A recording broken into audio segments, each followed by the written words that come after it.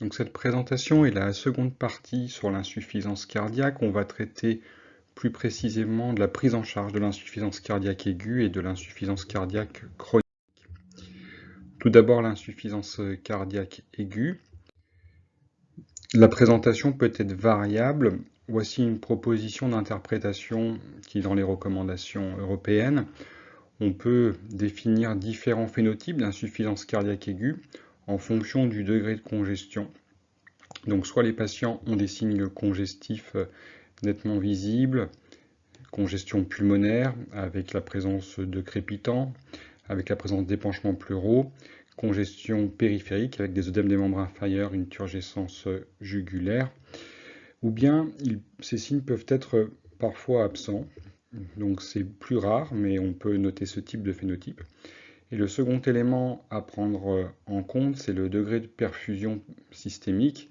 Donc c'est est-ce que les extrémités sont chaudes ou froides?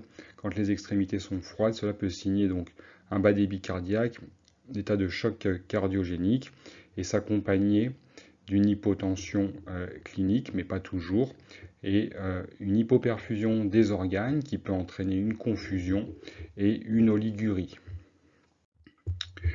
Alors, quels sont les facteurs favorisants d'une insuffisance cardiaque aiguë? Il faut toujours rechercher une cause à une décompensation cardiaque chez un patient. Donc, voici certains éléments les plus fréquents. Si on peut noter la présence d'un syndrome coronaire aigu, parfois, si l'infarctus est étendu, ça peut expliquer de l'insuffisance cardiaque. L'arrivée d'un trouble du rythme cardiaque, comme une fibrillation atriale, par exemple, ou une tachycardie ventriculaire. Également un trouble de conduction, donc une bradycardie excessive, comme un bloc atrioventriculaire de haut degré ou une dysfonction sinusale. Le sepsis, qui puisse être d'origine bactérienne ou virale, peut être également un facteur favorisant. Une poussée d'hypertension sévère peut décompenser une cardiopathie. Une anémie également, présence d'une embolie pulmonaire. Une dysthyroïdie, notamment sous traitement par amiodarone, que ce soit une hyper ou une hypothyroïdie. Et enfin, une valvulopathie aiguë, notamment lors d'une endocardite infectieuse ou lors d'un épisode d'infarctus. Il existe également d'autres facteurs favorisants qui sont des modifications thérapeutiques inadaptées, un arrêt des traitements cardioprotecteurs par exemple, ou un arrêt des diurétiques de façon brutale peut favoriser une décompensation cardiaque, et le non-respect des règles gynétotétiques. Un excès d'apport sodé, un excès d'apport hydrique concomitant par exemple, peut favoriser une décompensation cardiaque, ce d'autant s'il y a un arrêt des traitements de façon concomitante. Alors, comment traiter cette insuffisance cardiaque aiguë? Eh bien, le traitement est fonction du profil de l'insuffisance cardiaque, c'est-à-dire que si on a des signes de congestion, on va utiliser des méthodes pour réaliser une déplétion hydrosodée, donc essentiellement les diurétiques de l'anse, on va en parler un petit peu plus tard. Et dans les formes les plus graves et résistantes à cette déplétion hydrosodée par les médicaments, on peut se poser la question de l'épuration extra-rénale avec la dialyse, mais c'est une situation qui est rare. Quand il y a un profil avec une hypertension sévère, on va faire baisser cette pression artérielle et le médicament le plus utilisé sont les dérivés nitrés par voie intraveineuse, mais on peut également utiliser d'autres classes pharmacologiques si on le souhaite, comme les inhibiteurs calciques par voie intraveineuse. En cas d'hypotension, ça peut être le signe d'un choc cardiogénique. On va utiliser des amines inotropes positives comme la dobutamine ou des vasopresseurs en seconde ligne comme la noradrénaline. Et dans les formes les plus sévères, résistant à ces médicaments de première ligne, peut se poser la question de mettre en place une assistance cardiaque temporaire. Tout d'abord, le traitement de la congestion donc médicamenteux. Le médicament que l'on utilise plus couramment en France, c'est le furosémide, qui est disponible par voie intraveineuse ou orale. Et souvent, on utilise la voie intraveineuse quand les signes congestifs sont importants. Ce médicament a une durée d'action très rapide, puisqu'il commence une efficacité dans les 5 à 10 minutes qui suivent l'injection par voie intraveineuse et vont entraîner une hyperdiurèse avec une excrétion sodée également.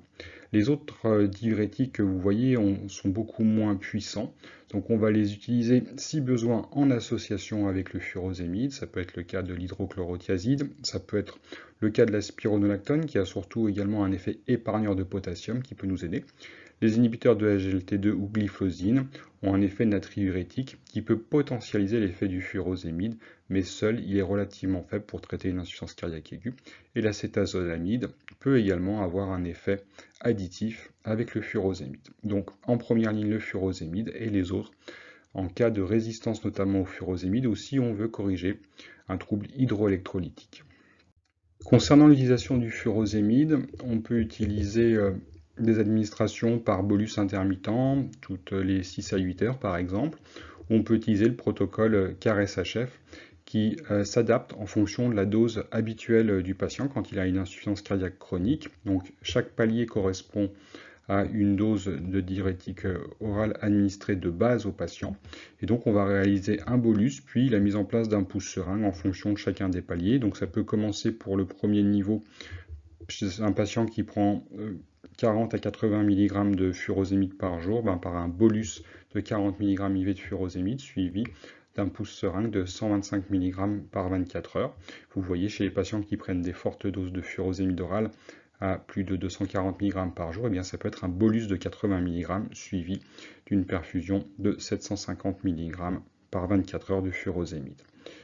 On peut ajouter également un diurétique thiazidique en plus, donc dans le protocole ISA c'est la métolazone, mais on peut remplacer 5 mg de métolazone par 25 mg d'hydrochlorothiazide. Toutes les 24 heures, on analyse la diurèse du patient, l'objectif étant d'obtenir entre 3 et 5 litres par 24 heures. Si on est au-dessus, on descend d'un palier. Si on est en dessous de 3 litres, à ce moment-là, on augmente d'un palier le protocole CARES-HF. Donc une fois qu'on a mis en place ces diurétiques de lance par voie intraveineuse, si jamais on a une résistance, on peut associer la spironolactone ou le canréonate de potassium en cas d'hypokaliémie notamment, et si on a une normokaliémie, on peut utiliser l'hydrochlorothiazide ou l'acétazolamide. L'inhibiteur de SGLT2 peut être aussi d'un apport supplémentaire. Et puis en cas de bas débit cardiaque, d'hypotension ou d'acide, on peut avoir recours aux inotropes, aux vasodilatateurs ou réaliser une ponction d'acide qui peut améliorer la situation hémodynamique et la perfusion rénale du patient. Alors, comment surveiller l'insuffisance cardiaque aiguë? De façon pluriquotidienne, la pression artérielle, la fréquence cardiaque pour s'assurer de la tolérance des traitements, la saturation en oxygène, la diurèse des 24 heures, le poids toutes les 24 heures également, et la recherche des signes congestifs. D'un point de vue biologique, quand les traitements intraveineux sont en cours, c'est une natrémie, une kaliémie, une créatinémie tous les jours. L'urée, la protidémie et l'hématocrite peuvent nous renseigner sur l'état volémique du patient pour également ajuster les traitements.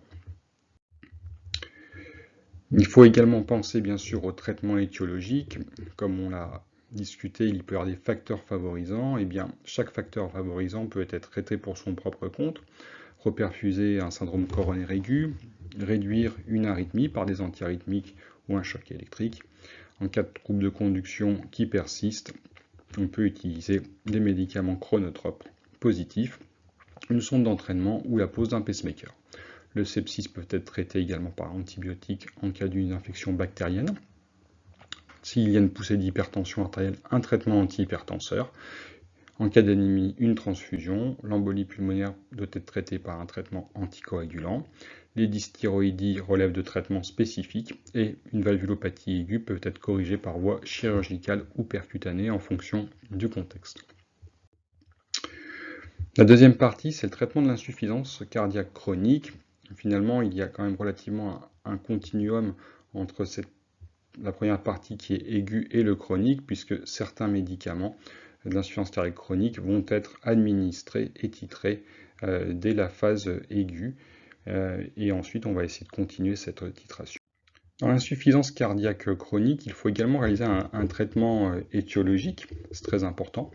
Donc revasculariser une cardiopathie ischémique, traiter un trouble du rythme qui persiste, équilibrer une hypertension artérielle. En cas de cardiopathie hypertrophique spécifique, notamment comme l'amylose ou la maladie de Fabry, on peut bien sûr avoir des traitements spécifiques pour ralentir la progression de ces maladies. Et en cas de valvulopathie chronique, proposer une prise en charge corrective. Donc il y a deux types d'insuffisance cardiaque. Donc la FEVG altérée, comme on l'a expliqué dans la précédente présentation, va activer le système rénine-angiotensin-aldostérone. Donc on va pouvoir utiliser différents traitements, notamment les IEC, les sartans et les antagonistes des minéralocorticoïdes, pour lutter contre cette hyperactivité du système rénine-angiotensin-aldostérone. On va pouvoir également lutter contre l'activation du système sympathique, notamment avec les bêta-bloquants, et puis avoir, avec l'inhibiteur des prélysines contenu dans le sacubitril/valsartan, une action vasodilatatrice et d'excrétion hydrosodée, tout comme avec les diurétiques de Lens. Donc tous ces éléments vont bloquer cette cascade d'activation néfaste pour contrecarrer les mécanismes de régulation excessifs dans cette situation. Le traitement médical de l'insuffisance cardiaque à FEVG altérée repose sur 4 classes pharmacologiques fondamentales, donc c'est les 4 piliers du traitement. Tout d'abord les bêta-bloquants qui vont être instaurés et titrés à dose maximale, tolérés par le patient. Ensuite l'association sacubitril/valsartan, également titrée à dose maximale. S'il y a une intolérance en raison d'hypotension, il faudra se tourner vers un inhibiteur de l'enzyme de conversion. On titrera également. Troisième classe pharmacologique, les antagonistes des récepteurs aux minéralocorticoïdes, spironolactone ou éplérinone, à titrer également.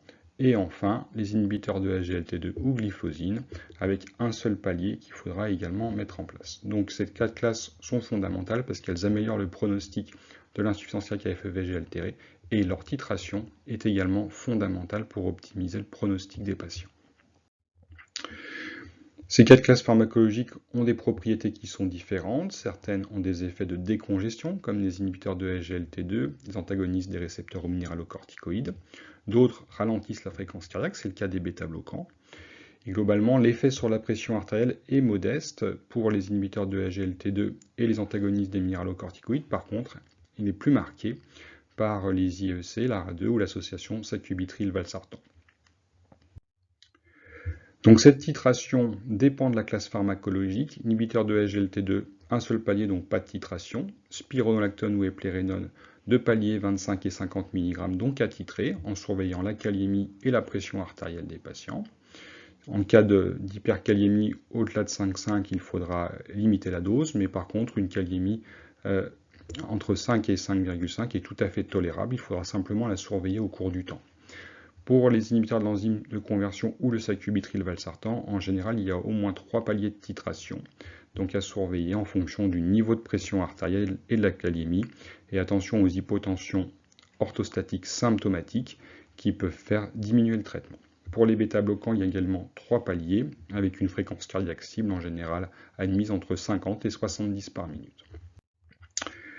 Une fois qu'on a mis en place tous ces traitements de l'insuffisance cardiaque à FEVG altérée, peut se poser la question de mettre en place un défibrillateur si la fraction d'éjection reste inférieure à 35% pour prévenir la mort subite.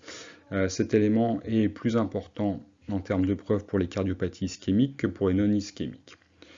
Si la fraction d'éjection reste inférieure à 35% et qu'on a un bloc de branche plutôt gauche large à plus de 130 millisecondes, on peut discuter une resynchronisation par mise en place d'un stimulateur cardiaque de type triple chambre qui va resynchroniser la contraction des 2 ventricules en mettant une sonde dans le sinus coronaire qui va aller jusqu'à la paroi latérale du ventricule gauche et qui pourra se resynchroniser avec la contraction du ventricule droit.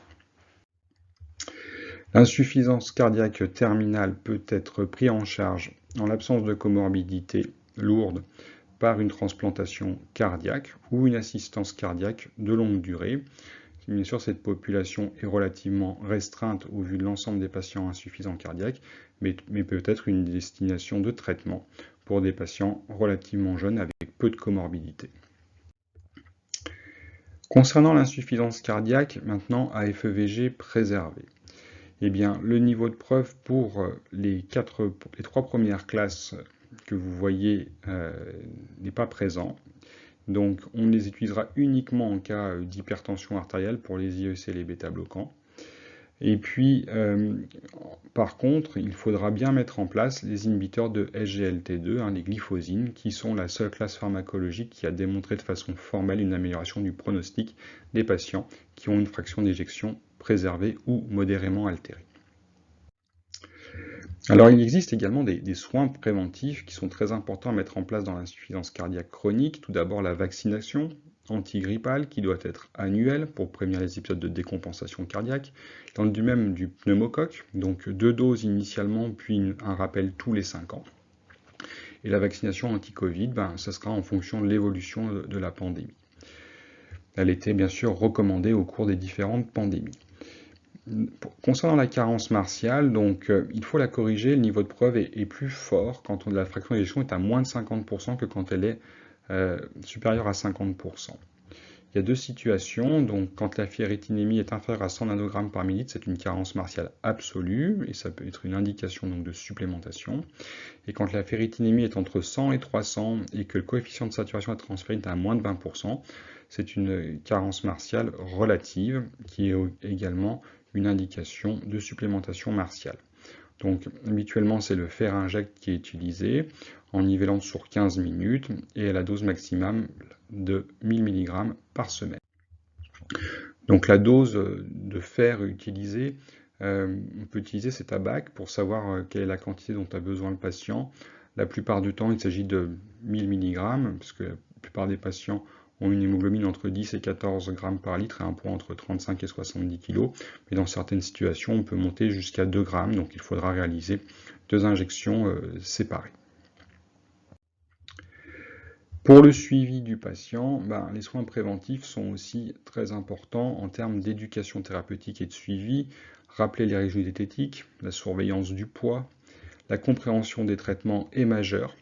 La télésurveillance peut être un apport avec les plateformes qui ont été mises en place. Il nous permet d'avoir à distance des données qui remontent concernant le poids, la dyspnée, la fréquence cardiaque et la tension de nos patients. Il faut coordonner le parcours de soins, si possible avec des infirmières de pratique avancée, avec le médecin traitant et le cardiologue hospitalier et de ville. Et enfin, la biologie, le NT-proBNP ou le BNP peut permettre de suivre l'équilibre de la cardiopathie. Le ionogramme sanguin et la fonction rénale sont importantes pour vérifier qu'il n'y ait pas de dégradation au cours du suivi, l'hémoglobine et le bilan martial pour s'assurer qu'il n'y ait pas d'anémie ou de carence martiale qui s'installe. La réadaptation cardiaque est un pan important également de la prise en charge des patients avec des efforts adaptés en fonction de leur profil et elle peut améliorer la qualité de vie et le pronostic de la plupart des patients qui ont une insuffisance cardiaque. Donc on va finir par une brève conclusion sur l'ensemble des deux présentations. Donc l'insuffisance cardiaque est un problème fréquent, comme on l'a dit, probablement plus d'1 million de personnes en France, avec un pronostic qui est potentiellement grave, notamment si on ne le prend pas en charge. Le diagnostic fait appel aux signes cliniques, je vous rappelle EPOF, la biologie, les peptides natriurétiques et l'échocardiographie transthoracique qui permet d'évaluer la fraction d'éjection et de classer le type d'insuffisance cardiaque. Il faut mettre en place à la fois un traitement de la cause de l'insuffisance cardiaque et des médicaments qui sont adaptés en fonction de la fraction d'éjection. Et l'importance des mesures préventives et du suivi est absolument capitale dans un parcours qui est pluridisciplinaire et coordonné. Je vous remercie de votre attention.